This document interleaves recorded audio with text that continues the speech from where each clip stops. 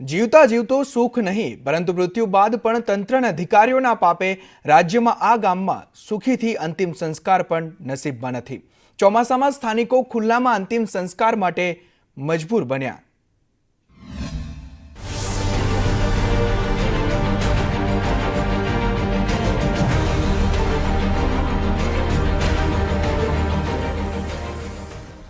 નડિયાદ તાલુકાના સુરાશામળ ગામમાં સરકારના વિકાસના દાવાઓ પોકળ સાબિત થયા છે। સુરાશામળમાં ભગવાનપુરા નામના વિસ્તારમાં અંદાજે 250 જેટલા ઘર છે, જેમાંથી 1000થી વધુની વસ્તી વસવાટ કરે છે। ભગવાનપુરા વિસ્તાર ખેતરોની વચ્ચે ઘેરાયેલો છે। લોકો ટાપુમાં વસવાટ કરતા હોય તેવો ઘાટ સર્જાયો છે।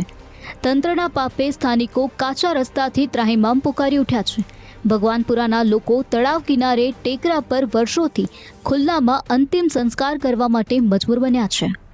અમને કોઈ બી આમ કે સુવિધા જ નથી, એમ કે અમે એમ કે પેલા શું ગાયો ભેંસો હોય ને એવી રીતના જંગલમાં રહેતા હોય એવું જ છે, એમ કે અમે ભરવાના ગાયો ભેંસો છે, અમે જંગલમાં પૂરી રાખે છે વાડામાં, એવું જ અમને લાગે છે કે કોઈ સુવિધા તો મળતી નહીં, નહીં દૂધની, કોઈ શાકભાજી, કોઈ બીમાર હોય, કોઈ એમ્બ્યુલન્સ હોય, સ્કૂલ હોય કે કોઈ મસાણ હોય, કોઈ બી સુવિધા અમને મળતી જ નથી। કે અમારે કોઈ સમસોન જવાનો રસ્તો નહીં, પછી અમારા સુવાવડા તો લઈને જવાનો રસ્તો નહીં, પછી અમારા છોકરાઓને સ્કૂલ જવાનો રસ્તો નહીં। સુરાસાગર ગામના ભગવાનપુરા વિસ્તારમાં વિકાસના નામે માત્ર મીંડું છે। 100થી વધુ બાળકો ખેતરો ખૂંદીને શાળામાં જવા માટે મજબૂર બન્યા છે, ત્યારે કેટલાક માતા પિતા બાળકોને કોઈ સરીસૃપ કરડી જવાના ડરથી શાળામાં મોકલવાનું ટાળી રહ્યા છે। સ્મશાન સુધી જવા માટે પાક્કા રસ્તાના અભાવે સ્થાનિકો ખેતરો ખૂંદીને પાણી અને કાદવ કીચડવાળા રસ્તા પરથી પસાર થાય છે। સુરાશામળ ગામના સરપંચ, તલાટી, ધારાસભ્ય, તાલુકા વિકાસ અધિકારી અને મામલતદારને સ્થાનિકોએ અનેકવાર રજૂઆત કરી હોવા છતાં આજ સુધી તંત્રના બહેરા કાને રજૂઆતો સંભળાઈ નથી અને કોઈ નક્કર કામગીરી કરવામાં નથી આવી। આ રસ્તો ના હોવાથી પહેલા તો અમારે અહીંયા જે સ્મશાન વિધિ જવામાં રસ્તામાં તકલીફ બહુ જ પડે છે। બીજા નંબરમાં કે અમારા બાળકો સ્કૂલે જાય છે, અમુક બાળકો અત્યારે અમારા ઘરે બેસી ગયા છે ભણ્યા વગરના, અભણ બાળકો રહ્યા, તો અમારા જે ભગવાનપુરા વિસ્તારની અંદર અમારા બાળકોનું ક્યારે ભવિષ્ય સુધરશે? ક્યારમાં પાણીમાં અમારે સ્મશાન યાત્રા ચોમાસામાં લઈને જવાનું થાય છે।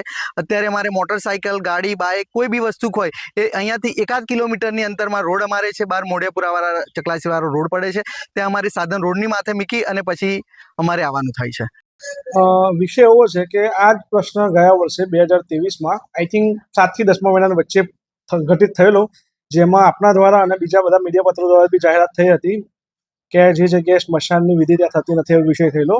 હવે લાસ્ટલી હમણાં રિસેન્ટલી પછી એ લોકોએ સ્મશાન વિધિ કરવા માટે અને વિડીયો વાયરલ કરેલો હતો, જે મને જાણમાં આવ્યો। એ વિષયમાં એવું છે કે એ રસ્તો જે કથિત રસ્તો છે ને એ 100 મીટર સુધી તો ના રહ્યું છે, પણ આગળનું જે છે એ સર્વે નંબરમાં જતું હોય છે। એટલે એ વિષયમાં અમે મામલતદાર સાહેબને જે તે સમયે અને લાસ્ટલી પછી હમણાં લાસ્ટલી આજ 1-2 દિવસ પહેલા મુખ્યમંત્રી સાહેબને એમને એક અરજી કરી હશે જે મુખ્યમંત્રી પોર્ટલ પર, એનો જવાબ બી અમે આજકાલમાં મોકલી આપ્યો છે। અને ભવિષ્યમાં આ વિષય માટે અમે ઓલરેડી ડામર રસ્તા માટે પ્રયત્ન અમે મારા વતી ધારાસભ્ય સાહેબ અને સાંસદ સાહેબને ભલામણ કરેલી છે, જે ભવિષ્યમાં આપવા એવા રેડી છે, એવા મંજૂર છે। પણ જે કથિત રસ્તો એવા કહી રહ્યા છે, રસ્તો એવો છે કે 100 મીટરનું રાડ્યું છે, પછી આગળનો વિષય છે એમાં જે તે નંબરના સર્વે નંબર આવી જશે। હવે પ્રાઇવેટ માલિકીની જમીન છે, એમાં હું તો કશું કરી નથી શકવાનો, તો એ મામલતદાર હસ્તે આપણે ઓલરેડી પહેલા જે ફાઇલ મોકલેલી ત્યાં કાર્યરત છે। ભગવાનપુરા વિસ્તાર છે, કઈ રીતે એનો રસ્તો તમે કાઢશો? સમસ્યામાં વિષય એવો છે કે જે હવે સ્મશાન યાત્રા કાઢી રહ્યા છે એ એમના વડવાઓ દ્વારા સ્મશાન જે વિધિ હતી એ સુરાસામળ ગામના તળાવ પાસે થતી હતી, જે સુરાસામળ ગામનું મુખ્ય તળાવ છે। એટલે એ લોકો એ ટાઈમે ત્યાંથી 3 કિલોમીટર ચાલીને મુખ્ય રસ્તો ઓલરેડી એમનો છે, ડામર રસ્તો છે મોઢેપરાને જોડતો, ત્યાંથી એ લોકો આવતા હતા। પણ પ્રસંગોપાત એવું થતું કોઈક ટાઈમ સારો પ્રસંગ હોય અને એમનો કદાચ વિધિ નીકળતી હોય ત્યારે એમને બી તકલીફ પડતેલી અને ગ્રામજનો બી તકલીફ પડતેલી। એના હિસાબે ટેમ્પરરી બેઝ પર એમને ત્યાં આગળ લોકલ તળાવ છે ત્યાં એમને સ્મશાન વિધિ ચાલુ કરી, જેમાં મને કશો વાંધો નહોતો એટલે મેં ત્યાં ચાલુ રાખવા દીધેલી।